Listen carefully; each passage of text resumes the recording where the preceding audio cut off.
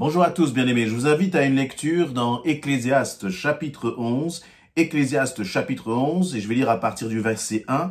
Il nous est dit ceci dans la version en français courant. Engage-toi dans une affaire, même en courant des risques. Un jour, tu peux y retrouver ton compte. Bien plus, investis ton argent dans plusieurs affaires, car tu ne sais jamais quel malheur peut arriver sur la terre. Quel que soit le côté où un arbre tombe, il reste là où il s'est abattu.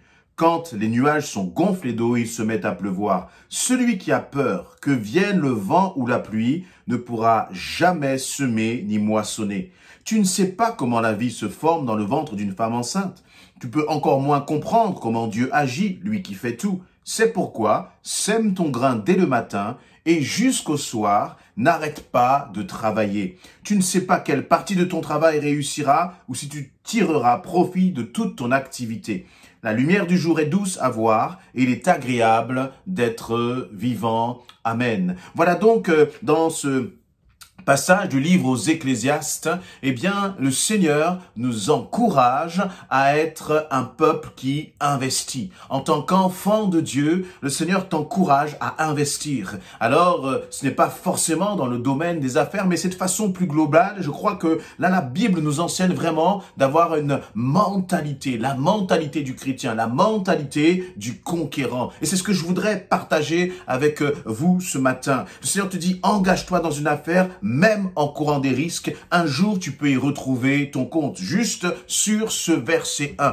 En tant qu'enfant de Dieu, nous ne pouvons pas nous laisser impressionner par les circonstances. Nous ne pouvons pas nous laisser impressionner parfois par nos propres pensées, par notre peur. Et on se dit dans des domaines vraiment très divers, tels que simplement de la prière. Oui, mais si je prie, qu'est-ce qui va se passer? Qu'est-ce qu'on va dire? Si j'apporte une parole de prophétie, si je partage une pensée que le Seigneur met sur mon cœur, qu'est-ce qui va se passer? Qu'est-ce qu'on va dire? Et les chrétiens, on se retrouve là comme tétanisés justement par les circonstances, comme impressionnés par ce que vont dire les autres. Et nous avons peur de l'échec. Et comme nous avons peur de l'échec, nous ne prenons pas de risque. Alors que là, la Bible nous dit, engage-toi dans une affaire, même en courant des risques. Un jour, tu peux y retrouver ton compte. Bien sûr qu'il faut se poser, bien sûr qu'il faut calculer la dépense, comme va le dire Jésus, avant de s'engager. Mais même en calculant la dépense, même en priant, même en jeûnant, on peut parfois se tromper. On peut parfois faire une erreur. On peut parfois prendre une mauvaise décision. Cela arrive. En tout cas, moi, ça m'est arrivé.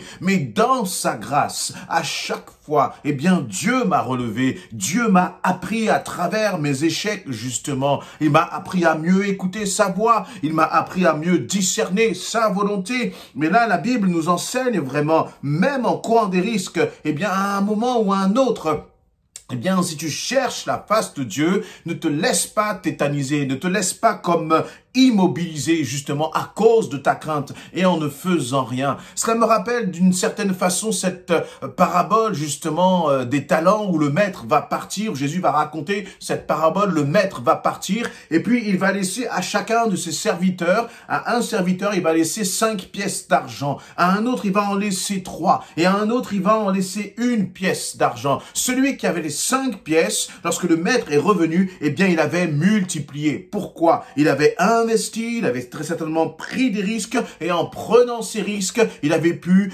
bénir son maître, il avait pu honorer son maître en multipliant. Celui qui avait 3 pièces d'argent, même chose. Mais celui qui avait 1 n'avait pris aucun risque. Il avait pris cette pièce, il l'avait enterrée et finalement, il n'avait rien fait avec les dons et les talents que le Seigneur lui avait donnés. Toi, mon ami, mon frère, ma sœur, Dieu a mis des dons et des talents en toi. Mais si tu n'acceptes pas parfois de prendre un peu de risque, si tu n'acceptes pas parfois de sortir de ta zone justement de confort, eh bien, tu ne pourras pas voir la gloire de Dieu se manifester. Et bien sûr, ça peut être dans le domaine de l'entrepreneuriat, dans le domaine des affaires, ça peut être dans le domaine, j'allais dire, de ta vie d'église, dans le domaine de ton ministère, où le Seigneur va te pousser parfois justement à sortir de la zone de confort dans laquelle nous aimons tellement être pour que nous puissions expérimenter la gloire de Dieu. Vous voyez, là, eh bien, L'auteur de livre aux Ecclésiastes va même dire au verset 5, « Tu ne sais pas comment la vie se forme dans le ventre d'une femme enceinte. Tu peux encore moins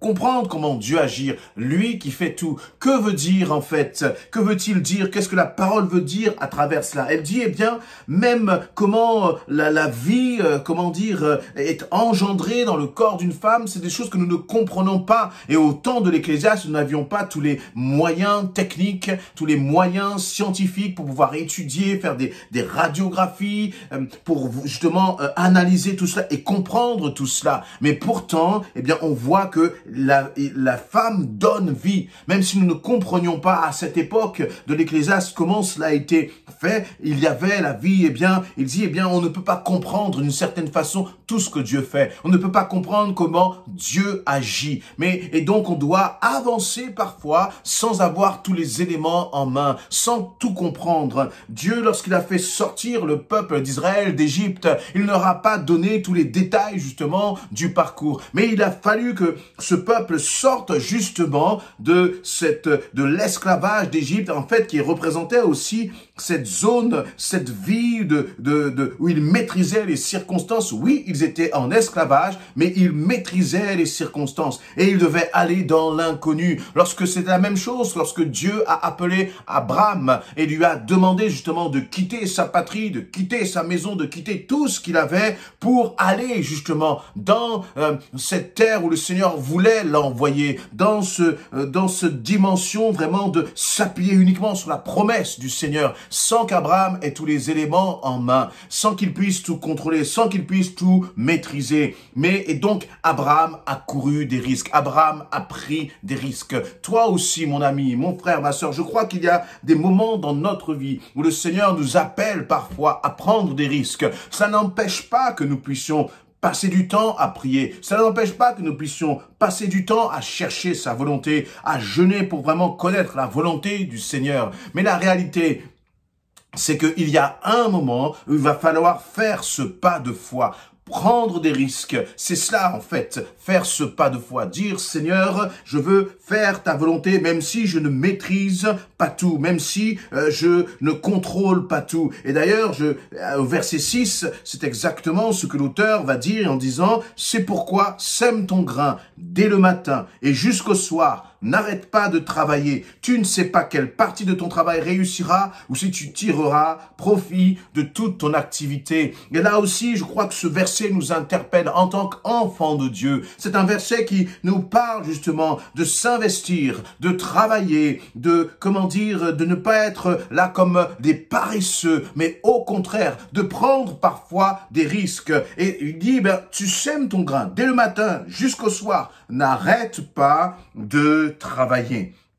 Je voudrais dire que, en fait, il y a une dimension supérieure de l'entrepreneuriat. Il y a une dimension supérieure du travail qui est de s'investir, non pas pour les choses d'ici-bas. C'est bien si l'on entreprend, c'est bien si l'on travaille pour les choses d'ici-bas, c'est nécessaire. Mais je crois que si nous avons cette mentalité de semer notre grain dès le matin jusqu'au soir, pour le royaume de Dieu, pour des choses qui en vaillent la peine, pour des choses justement qui s'inscrivent dans l'éternité, eh bien, là aussi, le Seigneur dit, tu tireras profit de toute ton activité. Et donc, si tu es dans une dimension d'activité spirituelle, une dimension d'investir pour le royaume de Dieu, comment tu peux investir pour le royaume de Dieu? C'est en mettant tes dons et tes talents à la disposition du Seigneur. Du matin jusqu'au soir, il va dire, bien sûr, comme pour dire, parfois, ça va être fatigant. Parfois, ça va être harassant. Parfois, tu vas te sentir comme découragé, mais le Seigneur t'encourage en disant, sème mon frère, sème ma sœur, sème à travers les dons et les talents que tu as, sème là où il y a des besoins. Le Seigneur dit que tout ce que ta main trouve à faire, eh bien, fais-le, mon ami. Et là, tu investis, tu entreprends pour les choses du royaume de Dieu. Et Dieu, je crois veut que nous soyons des enfants de Dieu qui soient audacieux, qui soyons entrepreneurs, qui soyons téméraires et ne soyons pas paralysés par le risque, ne soyons pas paralysés par l'inconnu, parce que au final, tout est entre les mains de notre Dieu. Il termine par ce verset 7 que j'interprète de la façon suivante. Il va dire, la lumière du jour est douce à voir et il est agréable d'être vivant. Quel est le rapport avec le reste? Eh bien, je crois que c'est en nous investissant pour le royaume de Dieu que nous nous sentons vivants. C'est en mettant notre vie à disposition de notre Seigneur que nous nous sentons réellement vivants. Mais si tu restes là sans rien faire, eh bien, tu vas sentir que comme ta vie spirituelle, ta relation avec Dieu est comme morte, est comme une vie spirituelle qui est sans passion, comme le sel là, vous voyez, qui ne scelle pas, qui est sans goût, sans saveur. Mais si tu veux que ta vie avec Christ ait de la saveur, alors il faut qu'il y ait cette dimension d'investissement. Je m'investis pour le royaume de Dieu. Et tu pourras terminer ta journée en disant, la lumière du jour est douce à voir et il est agréable d'être vivant. Sois vivant en Christ, sois vivant pour Christ,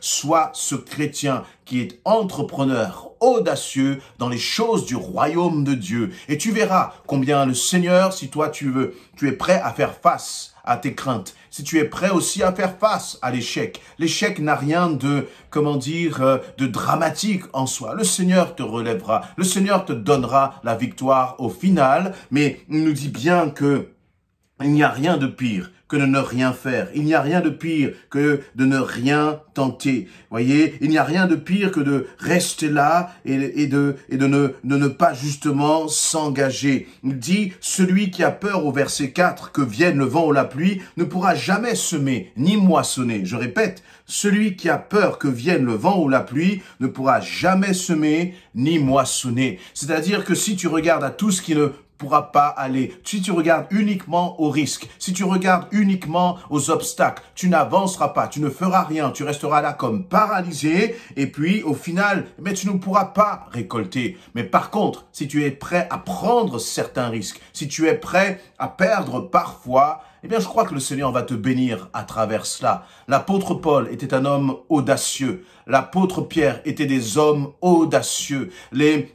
Esther était une femme audacieuse pour le royaume de Dieu. Et à travers leur audace, ils ont manifesté leur confiance, leur foi dans le Seigneur et le Seigneur les a bénis. Le Seigneur les a utilisés. Alors, n'ayons pas peur, soyons des chrétiens, des hommes et des femmes, soyons des églises qui soient des églises audacieuses pour le royaume de Dieu. Soyez bénis, encouragés. Amen.